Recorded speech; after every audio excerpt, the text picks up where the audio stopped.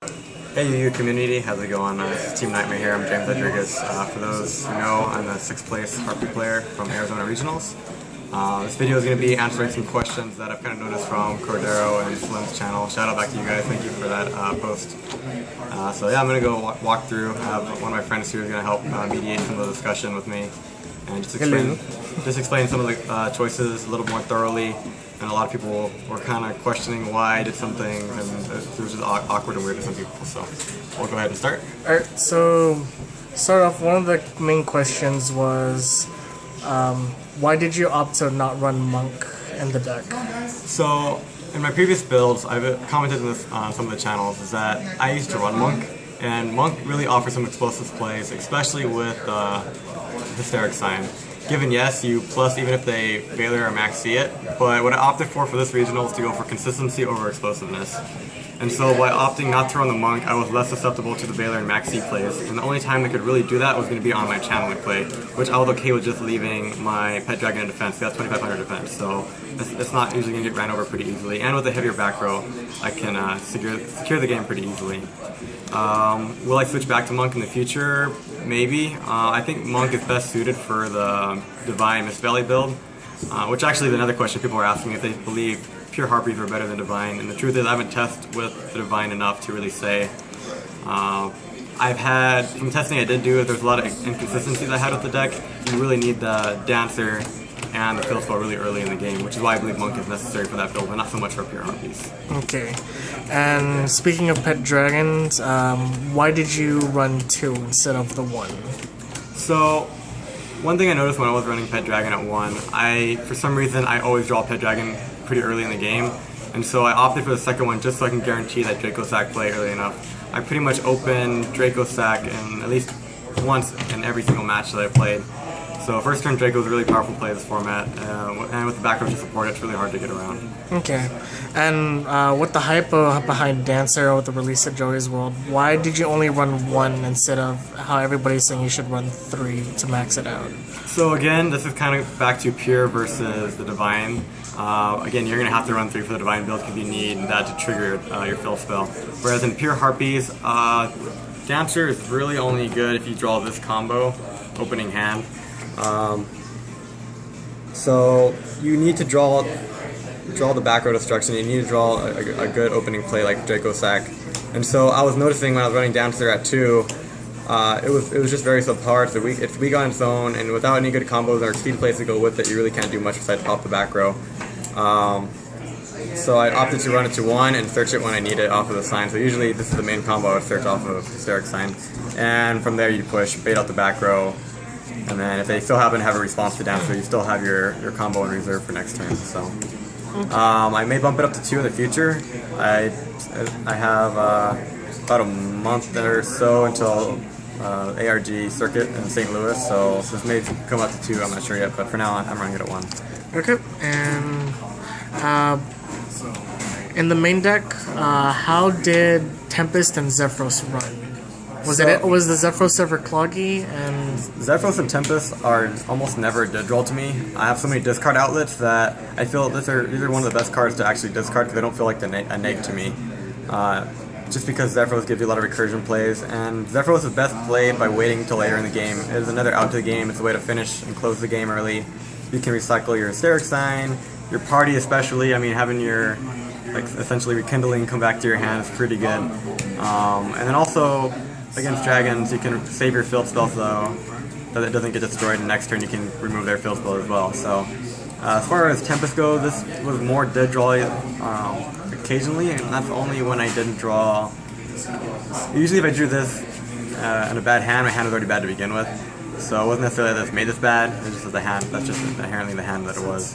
The reason why I only run it as a 1-of rather than multiples is you really want your Harpies to stay engraved for the party.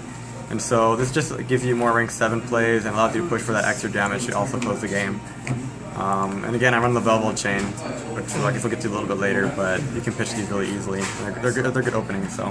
Okay, and a lot of people ask, why do you run MST since the deck already runs Harpie's Hunting Ground and it does the same concept, but why opt to run MST in the main deck? So this is something I originally wasn't running. After talking to my friend that's actually mediating here, we both decided that MST was going to be really good this weekend. It's an immediate answer, whereas this is not chainable, so this can go away. And MST is another way to preserve your field spell as well. When they activate their ravine, you can chain to it, or if your field spell's already gone, you can also chain this to it, make them waste their resources from hand. They still don't get any more resources to grave. And walking in this weekend knowing there's going to be people maining vanities in almost every deck, this is just another way to answer that really early in the game and secure my Draco Sack play, or Chidori play, or whatever rank 4 or 7 was needed at the time. Additionally, this card allowed me to push for game for the next turn, so end phase MST on their turn, and then go off with Party and know that the only way they're going to be able to stop me is if they do max C, which they do, they're only going to draw 1 with my 5 monsters on board. So, after playing it though, I probably am going to drop it down to 1. That's about that. Okay. And a really big question as to why people, it's not really a question, but like, why did you run 42 cards with Polyduality? Because more people say it's the concept of Upstart Goblin, where it thins out the deck 3 cards, but I would see duality being different. Can you please explain that? Yeah, so I wasn't running this specifically as a draw engine to thin the deck. I was using it to search for combo pieces. This deck is kind of combo heavy, like you need cards for Channeler, you need to get your sign really early in the game. Sometimes you want to see your field spell or your side deck really early as well. And that was just my way of doing that. The deck thins quite a bit already. I mean, you have Magical Hats, which is a -5 from deck. If you grab, I usually grab another hat. Occasionally I'll grab Vanities. If Vanities is dead against the matchups, it's a way so you don't draw that card. And then Sign itself is the main target you grab with Magical Hats. And then you add 3 to hand after this. So you do enough deck thinning where I felt duality was a necessity enough. And because I'm not running the Monk build, I'm not special summoning all that much. Usually it's just a Channeler play, and so if I don't open Channeler, duality allows me to see like my Icarus attack or other back row to kind of be more defensive. Okay.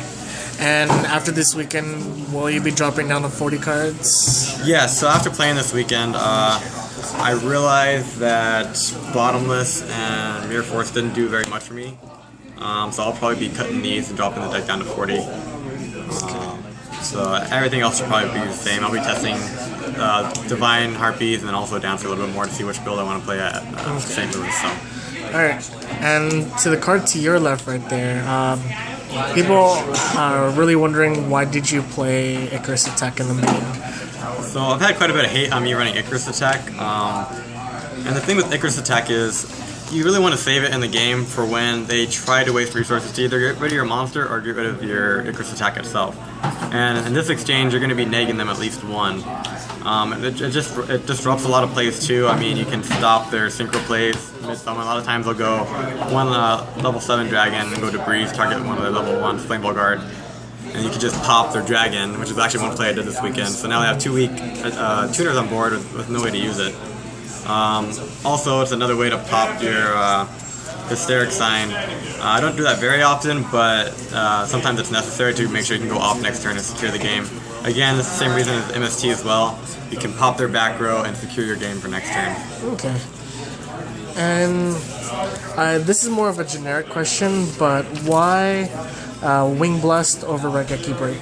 So I originally actually was running Regeki Break. After San Mateo, after playing so many Dragonity Dragons, trying to answer Stardust is really annoying. So I opted for Wing Blast, as it's good if they already have Stardust out on board. It does the same purpose as Regeki Break, which was another outlet for Sign, or Tempest or Zephyros. And you can also set your opponent back quite a bit. This deck is really disruptive to my opponent, so I have cards like Lightning Chidori that can stack their cards. So against dragons, a lot of times when they activate the Ravine, after they pay for cost, I'll stack the Ravine. So now if they're going to go off with any of their dragon monsters, they're going to lose their Ravine. Sometimes I'll stack their monsters too, or sometimes people like to fight in World Decrees against me as well, and sometimes I'll stack that, and now they're going to draw a dead card because I can pop through the rest of their back row. So. Okay. And for the extra deck, what did Lavalval Chain and Queen Dragoon do for the deck? Like, what are the plays that you generally do? So, usually with Lavalval Chain, depending how I open, Usually, I only bring a Lava Chain if I only have a Harpie monster plus Elegant Egotist, and if I don't open Channeler, I usually go into this first, so the first turn play, and I usually just pitch Tempest or Zephyros. That way I have them for resources later. Usually Zephyros will get pitched first, unless I know I can abuse Tempest later in the duel. So if I know I have a sign that's going to be triggering, I'm going to have the winch for it. Because otherwise this card is just dead in the grave, and this card gives me a lot more plays. Occasionally I'll also stack the Harpie's Channeler. I think I did that twice this weekend just because I needed a combo for next turn. And I wasn't worried about drawing anything else at the time, so that set me up for Draco Sack. But very rarely will I do anything else besides out of those three. Like I said, just a way to push for game 2. You can go party, go into Lavella Chain, pitch this, put this on board, you can do more damage this way sometimes too. So. Okay. And then for Queen Dragon, the most optimal play is usually with a Channeler, some Dragon Engrave, so Tempest or Pet Dragon, and Elegant Egotist usually. Let's see here. So usually the play is you pitch something off Channeler, summon one of your level 4s, what have you. Then you go Elegant Egotist, grab one of your Lady 1s, and then you go Exceed into a rank 4, which would be Queen Dragon to Gen, detach, grab one of your level 7s, then you go Draco Sack. So more damage on board, a little more secure for the play. So. Okay. I believe. Seems good. Yeah.